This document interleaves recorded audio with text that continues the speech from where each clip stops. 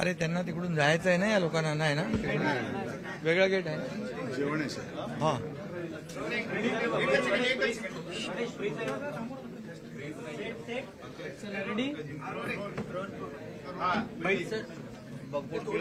लोकसभेमध्ये आज मांडण्यात आलं, विधेयक मांडण्यात आलेलं आहे. विरोधकांनी ते विरोध केलेलाच आहे. ठाकरे गटाने देखील विरोध केला. खरं म्हणजे वक्फ बोर्डाचं बिल जे आणलंय त्यावर आमची शिवसेनेची भूमिका आम्ही स्पष्टपणे मांडलेली आहे. त्याला पाठिंबा दिलेला आहे आणि खऱ्या अर्थाने काही मुस्लिम समाजातल्या भगिनींनी, मुलांनी, तरुणांनी देखील त्याचं स्वागत केलंय. कारण वक्फ बोर्ड जे आहे हे वक्फ बोर्ड समजून घेतलं पाहिजे. वक्फ बोर्ड जी काही लोकांच्या एक खाजगी प्रॉपर्टी म्हणून काही लोक त्याचा वापर करत होते, एक लार्जर इंटरेस्ट म्हणून लोकांना मुलांची शाळा असेल, कॉलेज असेल, हॉस्पिटल असेल अशा सुविधा देखील या जागांवर उभ्या करता येतील. अनेक पारदर्शकपणा त्याच्यामध्ये येईल, समाजालाच त्याचा फायदा होईल आणि त्यामुळे शेवटी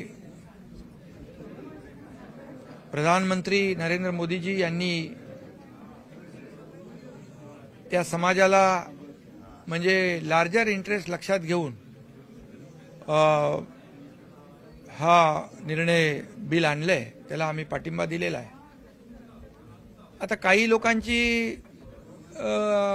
त्याच्यामध्ये काय करावं, गोंधळलेली परिस्थिती आहे, धरावी की सोडावं, त्यामुळे ठाम असा निर्णय काय घेता येते. मागच्या वेळेस देखील त्यांनी वॉकआउट केलं होतं आणि काय म्हणतो त्याला आपण, सोयीचं धोरण जे आहे, सोयीची भूमिका घेतली होती आणि त्यामुळे आम्ही जी भूमिका घेतो ती ठामपणे घेतो, जाहीरपणे घेतो, ती आम्ही भूमिका घेतली आहे. त्यामुळे एकतरी जेव्हा हिंदूंची मतं पाहिजे तेव्हा ते केलं हिंदुत्व, जेव्हा विशिष्ट लोकांची मतं पाहिजे तेव्हा त्यांचं तुष्टीकरण केलं. त्यामुळे मतांचं जे काही लाचारीचं धोरण आहे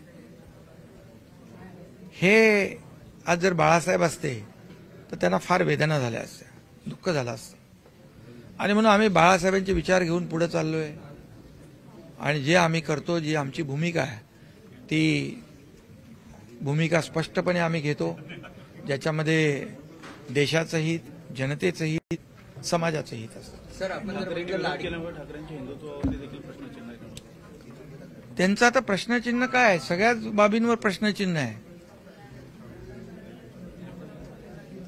त्यांनी एक प्रकारचं दोन्ही समाजाच्या पाठीत खंजीर खुपसण्याचंच काम केलंय, स्वार्थ साधण्याचंच काम केलेलं आहे. त्यांच्यावर मला वाटतं त्यांची भूमिका आता दुटप्पीपणाची, ढोंगीपणाची भूमिका ही जनतेसमोर आलेली आहे. सर, आपण जर बघितलं लाडकी बहीण, एक मिनट, एक हिंदी में 2100 रुपये कधी देणार असं देखील आता विरोध. भाई हिंदी में जानना चाहेंगे, वक्फ बोर्ड का अमेंडमेंट का बिल आने वाला है, लेकिन कहीं ना कहीं यूपीटी की जो लीडर है उन्होंने सपोर्ट नहीं किया है. किस तरह से देखते हैं आप इसे? ये मैदान छोड़कर भागने वाली बात है. करना तो हिम्मत से करो. शिवसेना ने खुले मन से भूमिका ली हुई है. वक्फ बोर्ड क्या है, वक्फ बोर्ड का बिल क्या है, ये कुछ मुट्ठी भर लोगों की एक पर्सनल प्रॉपर्टी बना के रखी थी.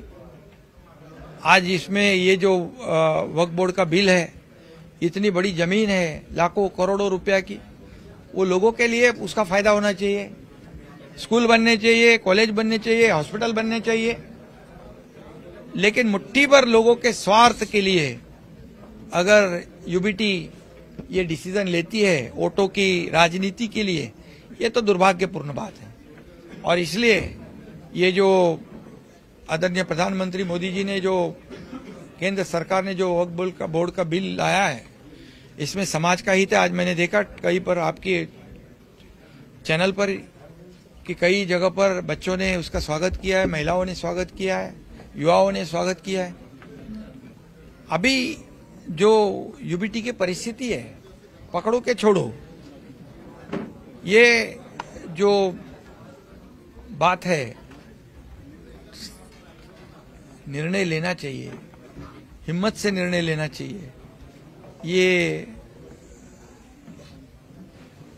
मैदान छोड़कर भागने वाली बात मैंने कही अभी, ये अभी लोगों को पता चला है। ये दोगली राजनीति जो है वो ज्यादा दिन नहीं चलती है। जब वोट चाहिए तो तुष्टीकरण करना, जब अपना काम होने के बाद छोड़ देना, यूज एंड थ्रो, ये पॉलिसी ज्यादा दिन नहीं चलती है। अगर बाला साहब रहते थे, बाला साहब ठाकरे जी रहते तो आज भी उनको बहुत ही दुख होता, वेदना होती। ऐसे उनके विचारधारा हमारी है, ऐसा कहने वाले, सोचने वाले लोग ऐसा निर्णय लेते हैं। इससे वो होते तो ऐसी हिम्मत ही नहीं कर पाते। और इसलिए हम बाला साहब ठाकरे जी के विचार को आगे बढ़ा रहे हैं। जो उन्होंने कभी नहीं किया वो हम कभी नहीं करेंगे। शरद पवार जी वोटों की लालच में, वोटों की राजनीति में कोई भी समझौता हम आइडियोलॉजी के साथ, विचारधारा के साथ नहीं करेंगे। शरद पवार की एनसीपी ने भी सपोर्ट नहीं किया है।